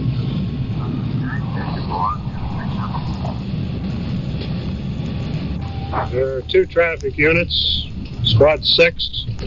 They have a car stopped. Apparently only 1 man in the car. Let's get out and see what the officers have found.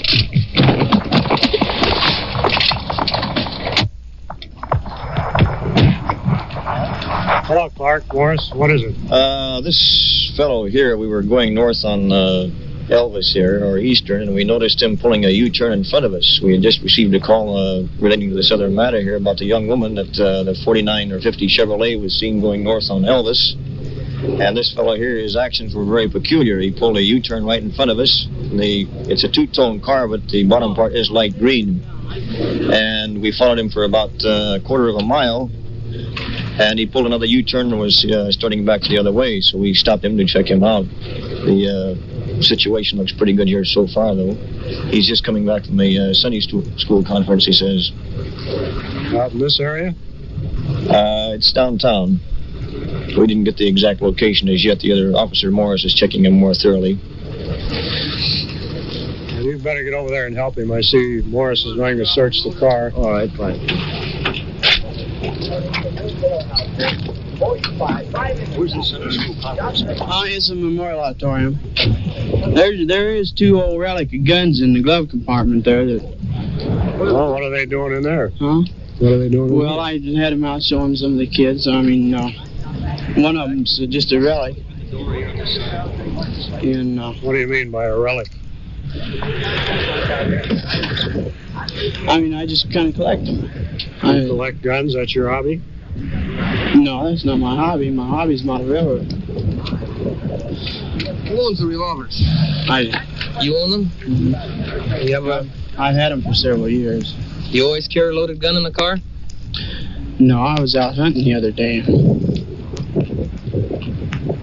Not hunting, but just fooling around. Fooling around. Where are you living at now? I live with my folks. You ever been arrested or anything? No, I haven't, sir. Ever been in any trouble at all? No, sir. None whatsoever. You those guns registered? No, they aren't. Where'd you buy them at? I didn't buy them. They give them to me. I mean, do you know who gave them to you? Well, I got one. It was just laying around down the shop where Dad works. I just got it. And does your father know you have it? Yes. Does it belong to him? It belongs to me. Well, why was it laying around the shop? Well, it was been there for about 25 years, see, and it was... What about the other one?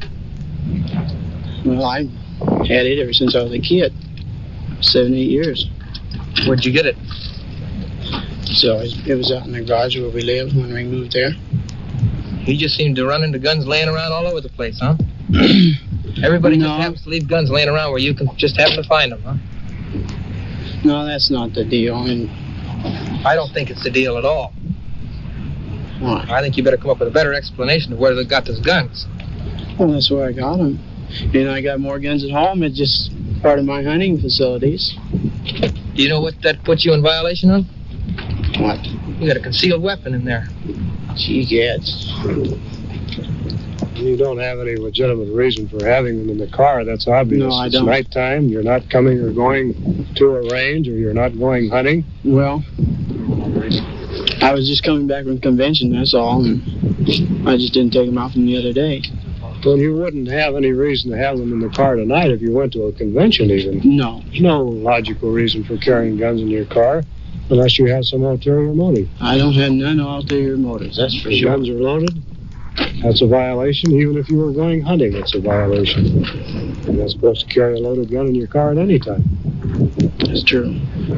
Well, it makes it look very suspicious under the circumstances, wouldn't you say? I realize that. Yes, I do. How old are you? 20. 20 years old. You go to school? No, sir. Do some tall explaining, I'm afraid. You mean about the guns? About the guns.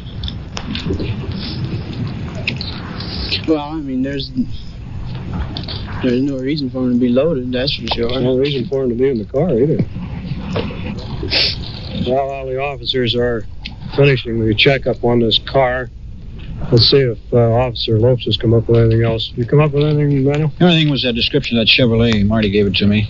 And that was that green Chevrolet 49 or 50 that was left there in a big hurry. Left the underpass on Folsom Boulevard. It wasn't this two-tone job. Apparently, from Marty, seemed to think it was one color, and it was a Chevrolet, 49 or 50 Chevrolet. I see. Well, this turned into be a little bit interesting. We found a couple of guns in this car. Well, you never know what'll turn up on this business. You never know.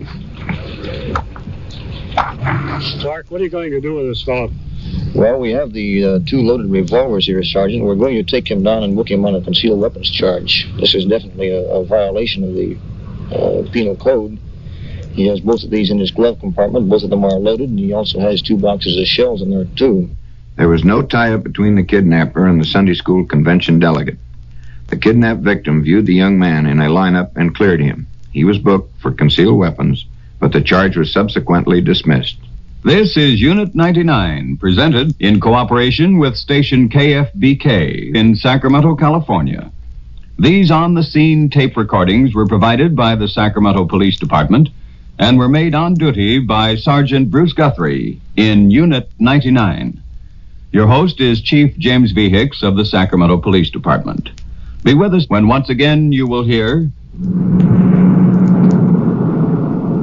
KMA 907, Sacramento Police.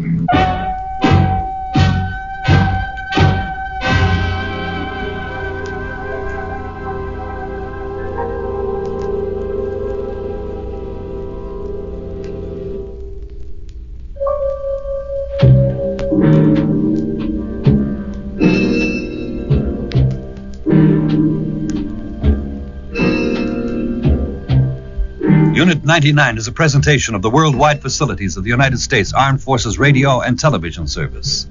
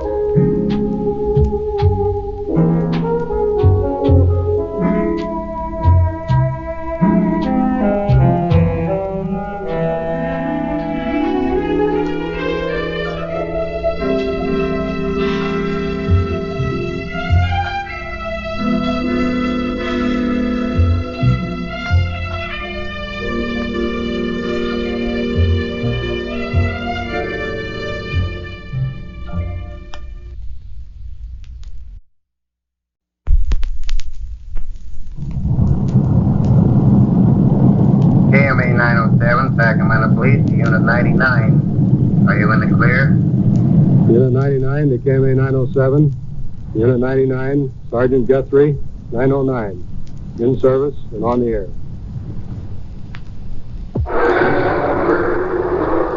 This is Sergeant Bruce Guthrie of Unit 99 at headquarters, Police Department, City of Sacramento, California. My detail is to ride in Unit 99, a tape recorder-equipped radio car, and to respond whenever the dispatcher transmits a signal to one of our other units on duty somewhere in the city. At the scene, we make the recordings for this program. Now, to tell you more about Unit 99, here's our chief, James B. Hicks, Sacramento Police.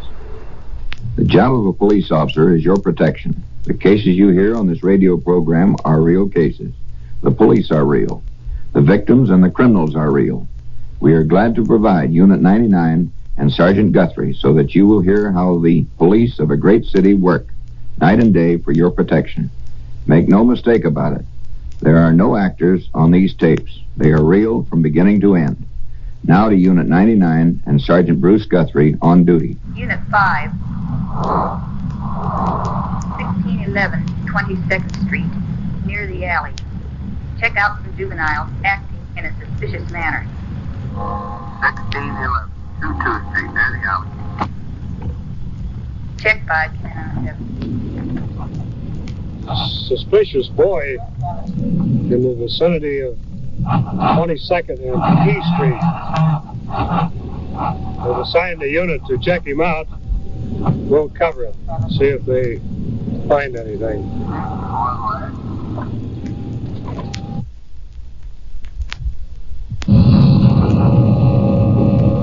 We're in the vicinity of the call, near the mouth of the alley. The unit hasn't arrived yet.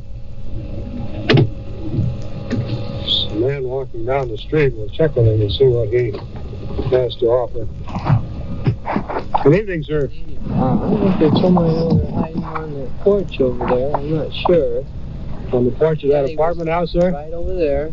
And he was standing over, he's been standing in front of the place, and there's only one now. I don't know, maybe he belongs there, but he walked over to my car, and when the car showed up, he went up there and disappeared. So I think he's hiding right up on the porch right now. Okay, we'll go over and take a look.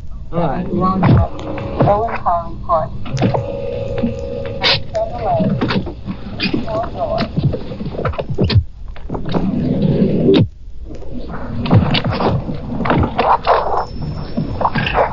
Going up on the apartment house porch. Hello, son. Yeah. What are you doing up here? I was just waiting for a friend of mine. Waiting for a friend of yours? Yeah. Me and another guy were just waiting here. We thought you were somebody else. What were you waiting for? Oh, just a friend. She lives right there. How old are you? 13. Don't you know that it's after curfew? I just live about a block away, so I was just waiting for her. You got no business being out here at this time of the night. I understand. Does she live in this apartment house? Yeah, right there. Is she supposed to come out here and meet you? No, she's CYO, and she's supposed to come over here. She's what? She's the CYO.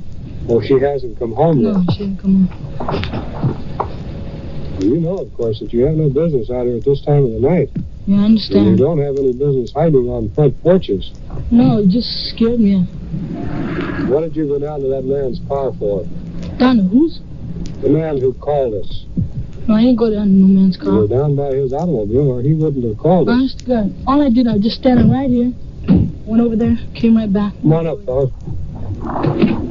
Squad car officers have arrived. Hacker and Mooney. You want to talk to this boy? I think you talked to the citizen already, didn't you? Well, we found out that he was the one that called in. We didn't find out just exactly what was taking place yet. Well, as we pulled up, he told us that this boy had been down by his car. There had been another boy with him.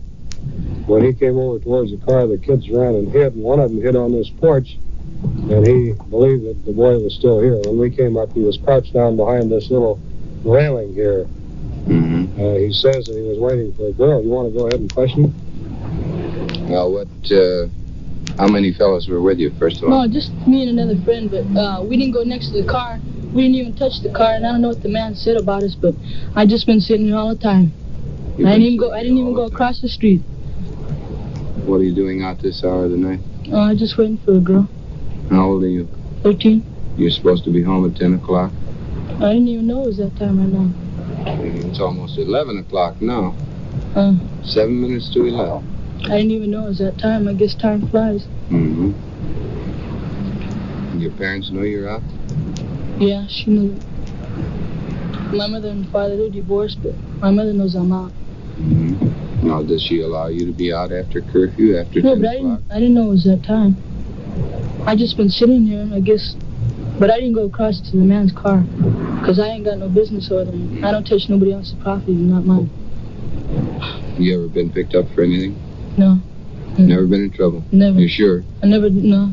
I ain't even got a record or anything. I never do anything bad. Well, you keep staying out after 10 o'clock and you're going to start building them. Mm-hmm. What are we going to do with this boy? Well, I think we'll take him home. Advise his parents, find out why he's out so late. And turn him over to them. As long as it's his first offense or his first run-in with us. I will let it go at that. You want to make an interrogation card on him so we'll have the information? Oh, yeah. The unit has arrived at this boy's home. We still have the boy in the car. We're going to go in and see what the mother has to say about the boy being out after 10 o'clock.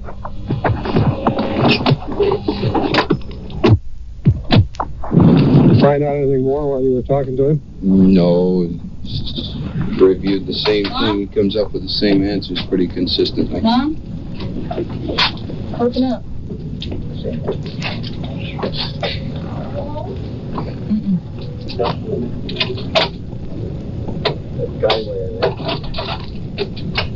Hello. Oh, yeah, honey, I thought you were in the street. Did you have any idea that you're... Yeah, he tells me he goes to the club, which he does. That's what he told us. Yes, he's no pretty doubt good at about that. But he's been going with some kid, and I don't know whether it's his idea to stay late. And I was going to put a stop to it tonight. Mm-hmm. Well, does your boy usually stay out after 10 o'clock? No, not as late as this. Oh, we were wondering if you knew that he... Oh, yes, he was out. He goes with some If he friends. usually stays out this late, he says normally he's in bed by 10 o'clock. Yes. More or less checking what he was saying. He goes out twice during the week to the club. To the club? Mm-hmm. And during school days, he plays baseball. Is he usually home by 10 o'clock when he does go to the club? Oh, well, sometimes he says it's difficult catching a bus. Mm-hmm. Of course, I tell him to get an early start. I don't... Has he ever been in trouble? No, he hasn't. Not so far. Okay, well, keep up the good work. You ought to tell the mother what the boy was doing so that she won't worry about it. Yeah, well, he was around the corner here on the front porch of a girlfriend's house. He said he was over there, he wanted to see her. He says he sees some girl. I don't know what he says, a girlfriend. Yeah, well, he said he wanted her to help him with his schoolwork. Yeah, he was on the front porch. Well, the boy made one mistake. He was hiding from the officers when he got there. He was hiding down on the front porch. And that isn't what a good boy does. He has nothing to fear from the officers. He doesn't hide from them. Well, I'm sure he didn't mean to, but he's never been in trouble, like I said. You realize, of course, that if you let the boy go out after 10, you're responsible for him. Well, I try to tell him, but it's pretty hard to keep boys this age. Do you want your mother to get in trouble, son? No. Well, she can, you know. How about these dances they have at the art term? Do they usually stay out late? If a boy or any juvenile goes out to any place of amusement, they can stay there as long as it's in session. If it's a dance, they can stay until the dance is over. But when it is over, they're supposed to go directly home. Same way in this case tonight, the boy went to a juvenile teen center, and he left there in plenty of time to return home, but he didn't go home. And that's what got him into trouble. The officers are going to turn him over to you tonight. He could be booked in juvenile hall, of course, and we want you to realize that. And he can get into serious trouble.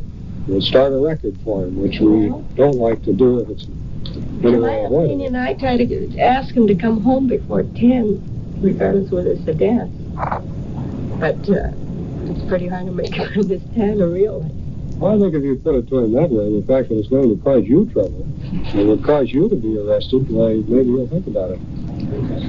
Well, it's up to him. Because I don't. He tells me to. He goes out. I can't check on him, you know. How about it, son? You're going to be in before 10 after this? Same as usual. I always come home before 10. As the officer pointed out, this boy, who had no police record, was on the verge of starting one by loitering around parked cars and hiding on the apartment house porch after the curfew hour. Equally significant was the attitude of his mother. She did not approve of his conduct, but indicated she had little hope of controlling his actions. If the boy realizes the situation and changes his habits, we will have one less juvenile delinquent to contend with. Unit 56. 901A at 34th and L. Lincoln, Code 3. Check 56. Unit 7. Bacalon at 34th and L7. Came in on 7. That's a call for a traffic unit to cover an accident with injury at 34th and L. There's a fire alarm from the same location, so apparently one of the cars caught fire. We're some distance away, but it sounds rather serious. We'll go out there.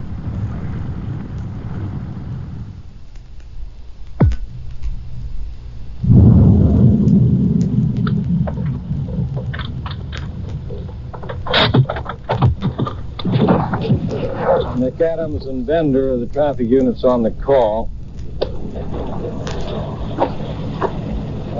One car is damaged on the front. Where's the other automobile, Bender? This is the only one, Sergeant.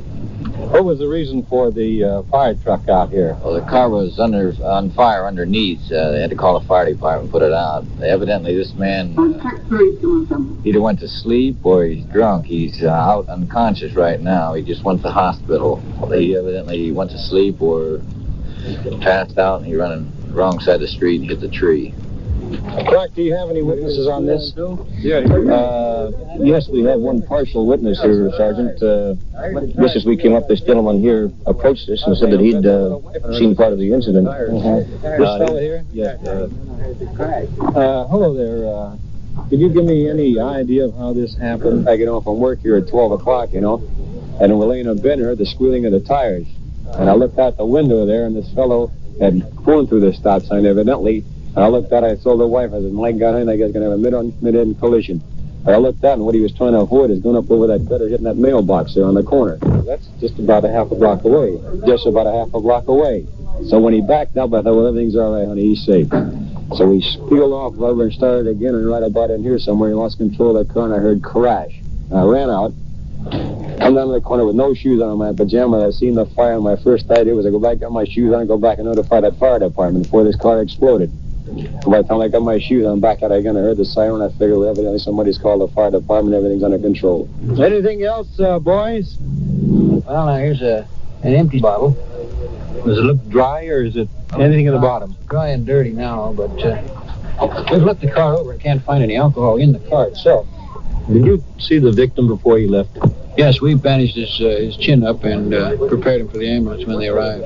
How serious was it? He seemed to have a bad cut on his chin, and his left leg was jammed under the dashboard and the firewall, and he seemed to have a head injury, apparently from that windshield crack.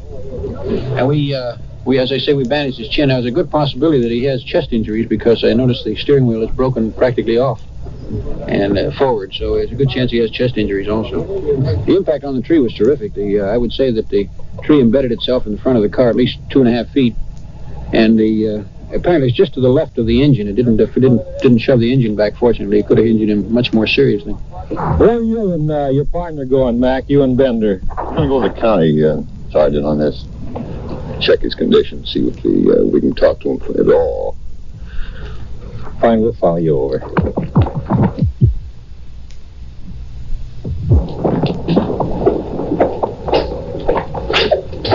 This is the emergency ward we're going into.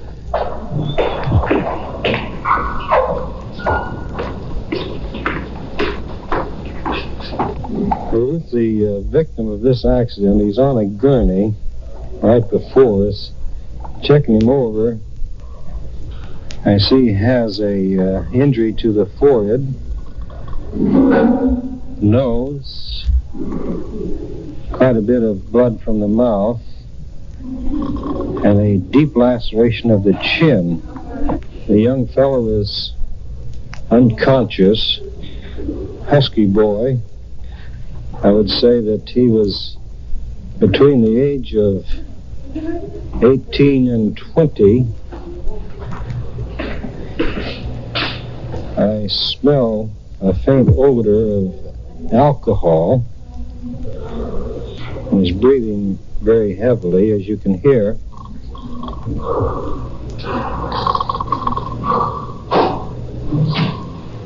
Well, McAdams, what are you and Bender going to do now? Well, Danny, here we find the boy is unable to talk due to lack of consciousness. We're going to put down the doctor's findings, and we're going to complete our report as far as we can and put on it there pending for the follow-up man to check with the boy and find out what he was doing and how this happened and why it happened. Although there was evidence that this driver had been drinking, his injuries made it impossible to determine his degree of intoxication, and he could not be charged with drunk driving. He was cited, however, for speeding and reckless driving.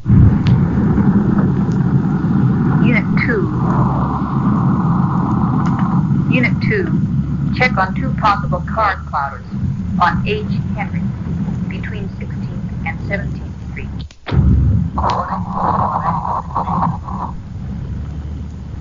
Check, came in on 7.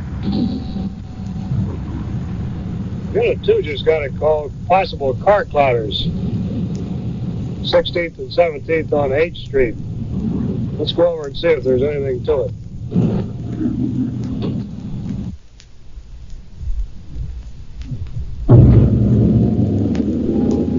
Looks like they're parked up there at the corner of 17th and H.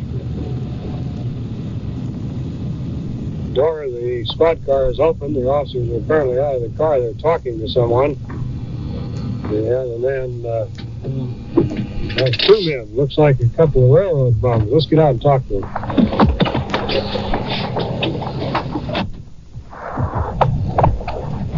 Hi, men. What do you got? Hi, Sergeant. Oh, they put out a possible car clouders, and these 2 men are walking right here in the vicinity, and we seen these 2 men a couple blocks over earlier this evening when we was coming to work, just walking around. Where'd you see them? Oh, about 9th or 10th. It was 12th, Walt? 8th and 9th. 8th and 9th. Find anything on them? Stop them. No, nothing, Sergeant. What's this gear laying on the ground? That's my brief union all when I go to work. That's your what? Them old union alls when I go to work. Where do you work? I don't, sir. I'm just out picking olives and peaches. Are they picking olives at this time of the year? No. How long has it been since you worked? Well, actually, about 3 weeks. You want to know where I've been eating? Out in the mission. Good place? Yeah. Larson's Mission. I don't have a thing on it. Well, the officer's going to check here whether you have any one or not. What do you got stuck in your belt there? Wine, sir. Where'd you get that? Bummed it. You're eating in the mission and bumming wine. You're in great shape. Sorry. Very sorry. Where'd you get this flashlight?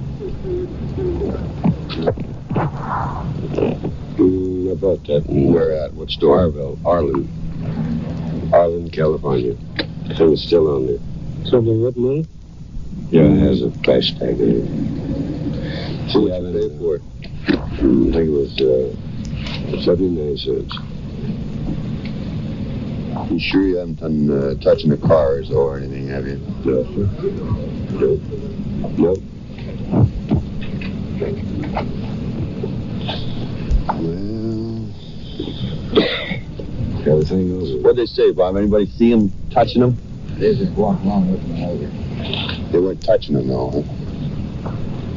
What are you doing up in this end of town? Well, just...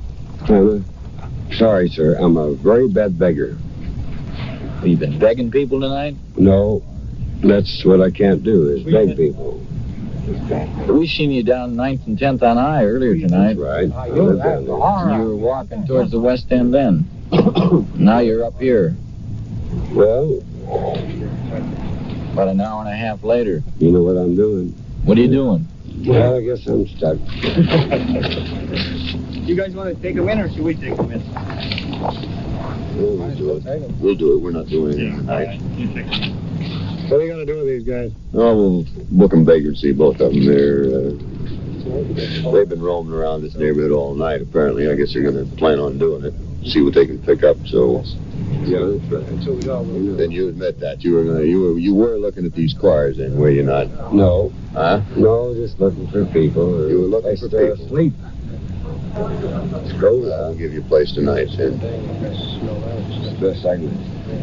He's a little deep here. We'll get a place to sleep tonight. Oh, what? Get a place to sleep tonight in jail. Yeah. I don't have to sleep out underneath the river anyway. Been a bunch of... Well, I get to talking to him. I've been kind of rolling some guys out there underneath the river. Kind of scared me. I'd rather stay uptown. I don't care. I'll sleep underneath the porch or any place. I'm broke. I can't help it, man. You wander around out in the residential area like you're doing tonight, and you'll wind up in jail every night, so you better... Well, I might as well make my home there. Well, you might just as well.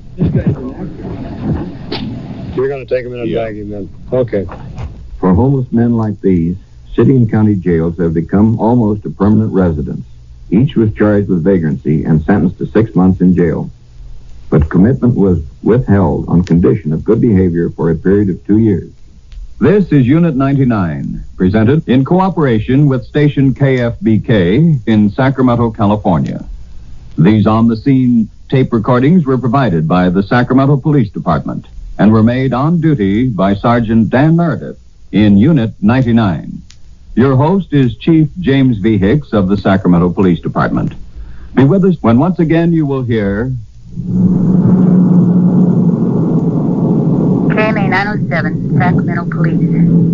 Unit 99, are you in the clear? Unit 99 to KMA 907. Unit 99, Sergeant Meredith, 909, in service, on the air.